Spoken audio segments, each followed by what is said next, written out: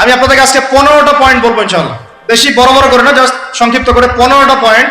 এই পয়েন্টগুলো আমাদেরকে রমাজানের আগেই নিজের মাথায় ঢুকাইতে হবে, পাক্কা নিয়াত করতে হবে। আল্লাহ পাক যেন আমাকেও তৌফিক দেন, আপনাদের সবাইকে তৌফিক দান করেন। রমাজানের প্রস্তুতি নাম্বার 1, আমার সেটা বলেন। রমাজানের প্রস্তুতি নাম্বার 1 হচ্ছে যত দুনিয়াবি কাজ আছে সেই কাজগুলোকে কমিয়ে ফেলবো। দুনিয়াবি কাজগুলো কি করব? মানে দুনিয়াবি যত কাজ, যত ব্যস্ততা যা আছে এগুলোকে কমায় নিয়ে আসবো, যাতে রমজান মাসে আমাকে বেশি বাইরে দুনিয়াবি প্রয়োজনে বাইরে বের হইতে না হয়, বেশি ব্যস্ততা আমাকে দুনিয়ার জন্য না করতে হয়।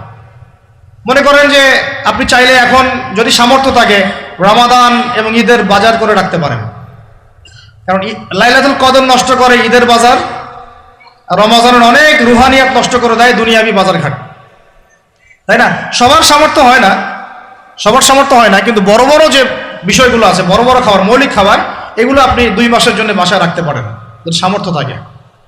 সামর্থ্য নাই তাহলে সেটা আলাদা বিষয়। মোট কথা এটা শুধু একটা বিষয় বোঝাচ্ছি না, দুনিয়াবি যত ব্যস্ততা এগুলোকে কমায় রমাদানের জন্য প্রিপারেশন নিতে হবে। আল্লাহ পাক আমাদেরকে সবাইকে রমাদানের জন্য প্রিপারেশন নেওয়ার তৌফিক দান করেন। এটা হলো মনস্তাত্ত্বিক প্রিপারেশন, যে রমাদান আসতেছে, আমি শাবান মাসেই আমি আমার কাজগুলো গোছাই নিব, যাতে রমজানে আমি ফারেক থাকি ইবাদতের জন্য। বুদ্ধিমানের কাজ না এটা? আল্লাহ পাক তৌফিক দান করেন, আমিন। 2 নম্বর হচ্ছে ভাই, রমাজানের আমরা সবাই 30টা সওম রাখবো বলে নিয়াত করি, আল্লাহ পাক তৌফিক দান করেন, আমিন। কিন্তু এখানে একটা কথা, 2 নম্বরটা হচ্ছে রোজা রাখার মতো রোজা রাখতে হবে। কি বললাম বলেন? রোজা রাখার মতো রাখতে হবে। এটা কেন বললাম, কেন বললেন ভাই? উত্তর দিচ্ছি। উপোস থাকা, না খেয়ে থাকা আর সওম রাখা এক জিনিস নয়।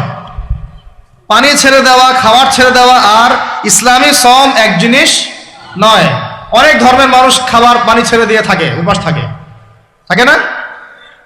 হাদিসের মধ্যে নবীজি বলেছেন যে ব্যক্তি রোজা রেখে অন্যায় কাজ ছাড়তে পারলো না, মানে আল্লাহর মাসিয়াত ছাড়তে পারলো না, এই যে কাবায়ের ফাওয়াহিশ এগুলো ছাড়তে পারলো না, অশ্লীলতা ছাড়তে পারলো না, মিথ্যা ছাড়তে পারলো না, বেহায়াপনা ছাড়তে পারলো না, তার না খেয়ে থাকায়, পানি না পান করায় আল্লাহর কিচ্ছু যায় আসে না।